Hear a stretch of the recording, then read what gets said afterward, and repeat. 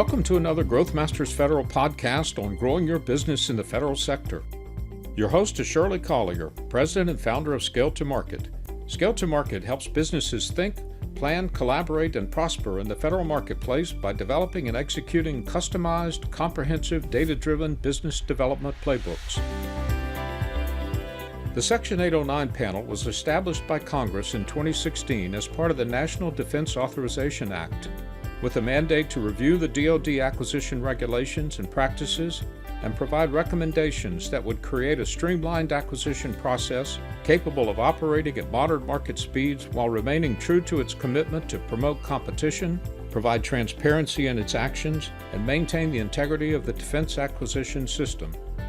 The panel has completed its work and produced a 3-volume report that contains 98 specific recommendations outlining significant changes in the DoD procurement system. The full report and information about the panel is available on the web at section809panel.org. This 809 panel podcast series addresses the recommendations of the panel through the lens of the small business community. Shirley begins this timely podcast series by speaking with Michelle Johnson, a member of the professional staff of the 809 panel, to introduce the panel's genesis, its structure, members, and work. Enjoy the podcast.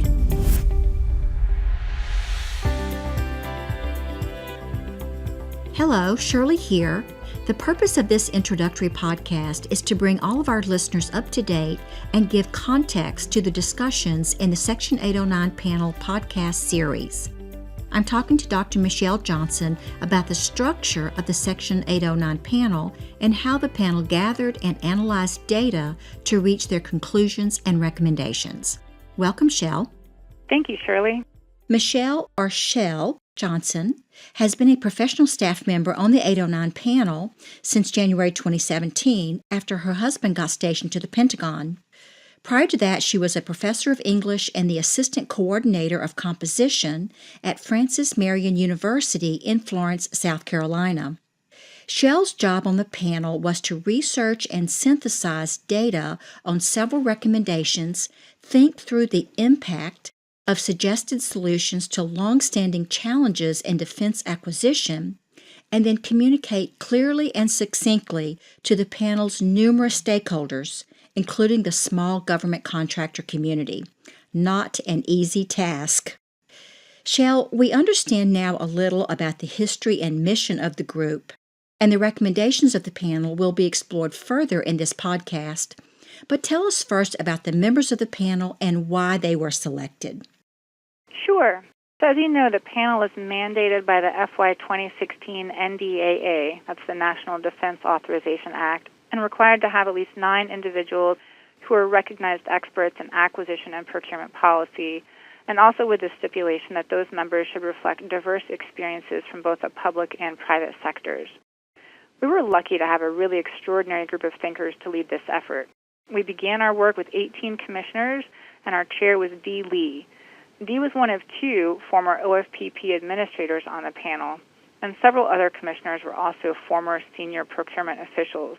And that includes our current chair, Dave Drabkin, who was previously the Senior Procurement Executive and Deputy Chief Acquisition Officer at GSA. He has also held many other positions in DoD and the federal government.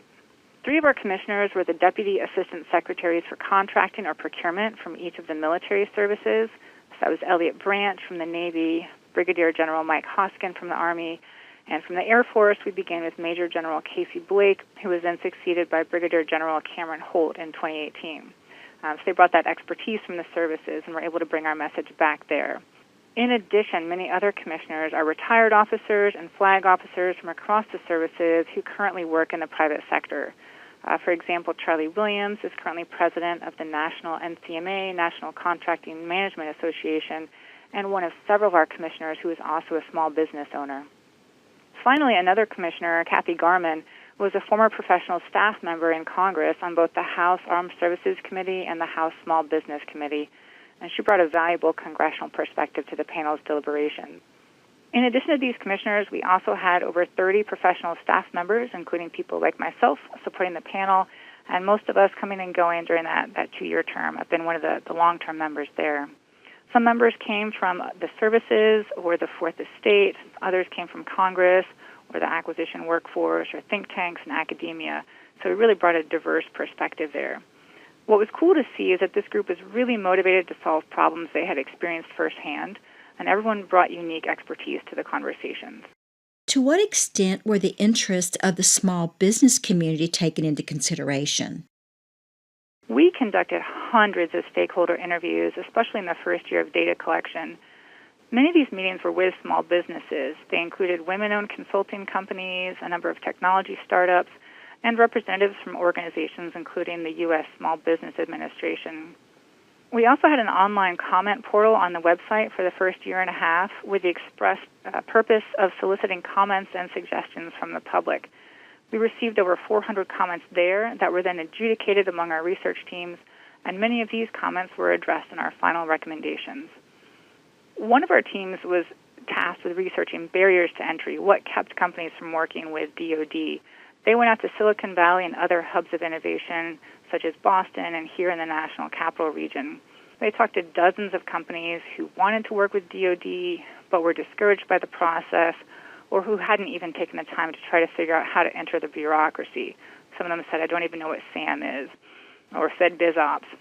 And we addressed some of those concerns in Section 8 of Volume 3, where we talk about engagement with industry, and those recommendations result from some of those engagements to provide solutions for how both DoD and industry can better interact with each other to inform the acquisition workforce and our industry partners. Where do the recommendations go from here? Well, Congress has the lion's share of the work, and we'll be incorporating those recommendations they approve of in the fiscal year 2020 National Defense Authorization Act. We have held regular meetings with the professional staff members from the House and Senate Armed Services Committees, as well as the Appropriations Committees and Small Business Committees. In addition, DoD can also do a lot of this work without legislative changes. Since we published our final volume in January, representatives of the panel have met with leaders in DoD and in the Fourth Estate to educate them about which of our recommendations they can begin to implement now. We've been particularly engaged with Dr. Will Roper, the Senior Acquisition Executive of the Air Force, who attended our release event back in January and threw his hand in the air and asked really excitedly where could he get started. He's highly motivated to start shaving time off acquisitions for the Air Force, and he recently had a great success with the Air Force Pitch Day in New York this past March. At that event, they vetted companies prior to the event, then held oral presentations, and awarded about 50 contracts that day.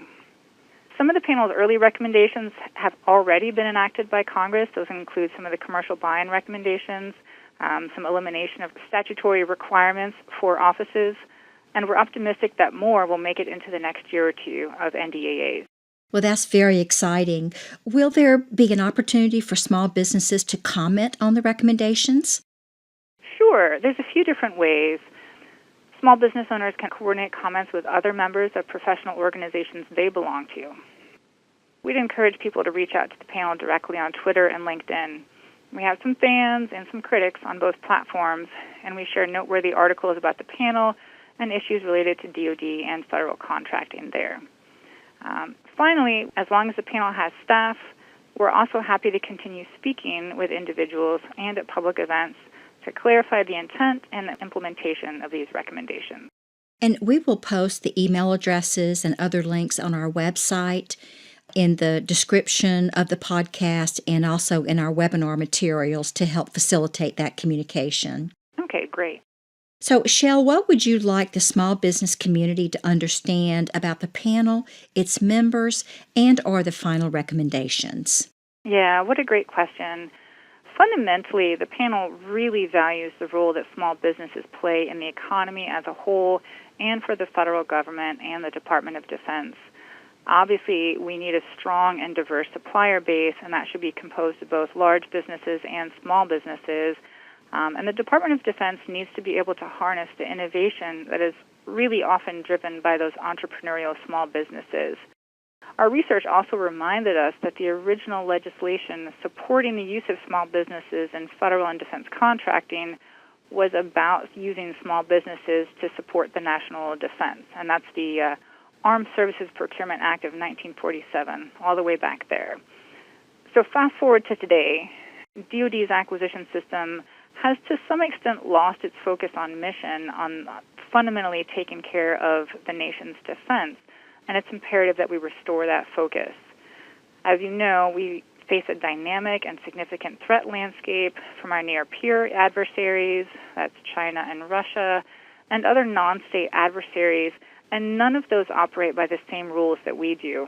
We like to say that China's not making procurements using the FARD, so we need to be a little faster. So we need to deliver capability to the warfighter, and that should be the job of the acquisition system. Changing how DoD does business will take time. We've made some revolutionary suggestions as well as some evolutionary changes that we can start doing now. And many people agreed that if we were to craft an acquisition system today in 2019, there is no way in the world we would end up with what we have. But we can't entirely wipe the slate clean and start over again, even though that might be the best way to truly streamline government processes. In its deliberations, the panel members often started from zero, just doing away with a problematic process altogether, and then walked it back to a compromise, acknowledging the need to balance different aspects. Our recommendations attempted to balance that need for increased agility in defense acquisition with that need for appropriate oversight. We think together, taken all of our recommendations as a whole, can help the Department of Defense move faster and make smarter buys while still upholding our core values of integrity, transparency, and competition. Shell, thank you so much for setting the table for today's important discussion. You're welcome, and thank you, Shirley. Listen to the whole series of podcasts on the Section 809 panel's recommendations, where I had the privilege to interview several commissioners and key staff on topics ranging from the change in how commercial items will be procured, the small business pivot, the readily available marketplace, and changes in IT procurement. We examine all of these issues from the perspective of small businesses. Click on the Section 809 panel link on our website to learn more and to register. This is Shirley Collier, host of the Growth Masters Federal Podcast, signing off for now. Thank you for joining us today. Whether large or small, if you're a DoD contractor, the 809 panel's work will affect your business. It's critical that you stay informed about this initiative and get involved in driving the outcomes. To find additional 809 panel interviews, along with information on how to contact relevant government and non-government organizations, visit our website at scaletomarket.com. That's scale2market.com, and click on the Section 809 panel link. For more information on how to grow your business in the federal marketplace, subscribe to the Growth Masters Federal channel wherever you get your podcasts. And join us again soon for another informative Growth Masters Federal podcast.